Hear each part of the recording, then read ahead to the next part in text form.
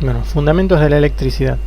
En la actividad 5, carga eléctrica. Un átomo puede perder o ganar electrones sin que por esto varíe la sustancia. Esto significa que si un átomo, por ejemplo el de cobre, pierde un electrón o gana un electrón, sigue siendo átomo de cobre.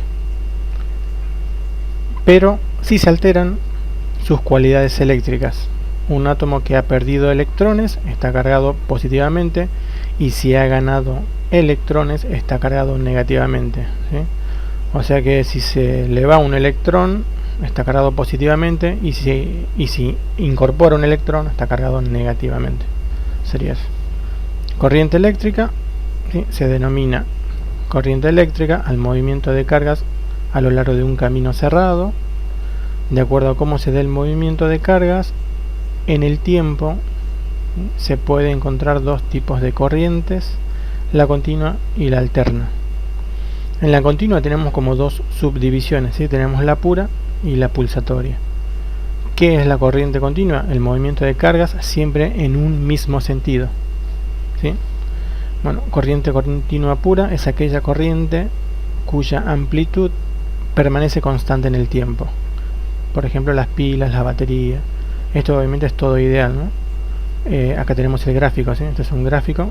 Este es el eje Y, donde tenemos la corriente, y el eje X, donde tenemos el tiempo, ¿sí? Siempre la corriente continua permanece constante. En la realidad esto va bajando, ¿sí? Hasta que nos quedamos sin corriente, ¿sí? La pila se terminó, la corriente, ¿sí? Bueno, corriente continua pulsatoria es aquella corriente continua cuya amplitud varía en el tiempo, por ejemplo, salida de cargadores de batería. Bueno, este sería el gráfico acá, ¿sí? La línea, el eje X es el mismo, ¿sí? Tiene la corriente, el eje X tiene el tiempo y el eje Y es la corriente. Pulsatoria porque, bueno, tiene como un ripple, un movimiento, pero siempre está en un solo lado, ¿sí? O sea, en este caso está siempre en el lado positivo. Corriente alterna es aquella corriente cuyo sentido varía en el tiempo. En este tipo de corriente el movimiento de electrones no es siempre el mismo.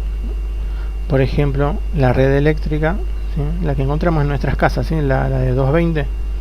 Bueno, esa es la corriente que no es siempre igual, ¿sí? Algo parecido a esto, ¿sí? Sería, pero nada más que es una senoidal. Tiene un pico máximo de corriente, después llega a cero, después tiene un pico máximo negativo, luego llega a cero, luego un pico máximo positivo, y así sucesivamente se va cambiando. En nuestro caso lo hace 50 veces por segundo y es lo que llamamos frecuencia. Intensidad de corriente es la cantidad de cargas que pasa por una sección de recta de un conductor en unidad de tiempo. La unidad para medir la intensidad de corriente, acrónimo I, es el ampere. Su símbolo es la A. Y la A acá con mayúscula, ¿sí? Y el instrumento que sirve para medirlo es el amperímetro. No decimos tester porque el tester mide muchas cosas, ¿sí? Es el amperímetro. Podríamos también decirle la pinza amperométrica, ¿sí? Pero bueno, la pinza amperométrica es más que nada para medir grandes cantidades de corriente.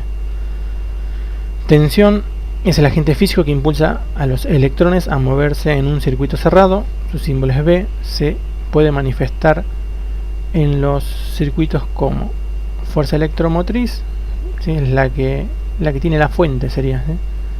O sea, es la tensión que genera una fuente de energía o generador. Esto puede ser pila, baterías. Diferencia de potencial es la diferencia de potencial eléctrico o tensión entre dos puntos de un mismo circuito. Su símbolo es V. Caída de potencial es la tensión en los elementos de un circuito. La unidad para medir, ¿sí? Las tres cosas que dijimos, ¿sí? La fuerza electromotriz, la diferencia de potencial, la caída de potencial es el volt. Y el instrumento que sirve para medirlo es el voltímetro. Acá tenemos un pequeño gráfico. Resistencia eléctrica es la oposición del material al paso de la corriente eléctrica. Su símbolo es la R mayúscula. La resistencia de los conductores depende de sus dimensiones físicas, de de su estructura interna y la temperatura. Acá tenemos una ecuación. La unidad para medir la resistencia es el ohm, símbolo omega, y el instrumento que sirve para medirlo es el ómetro.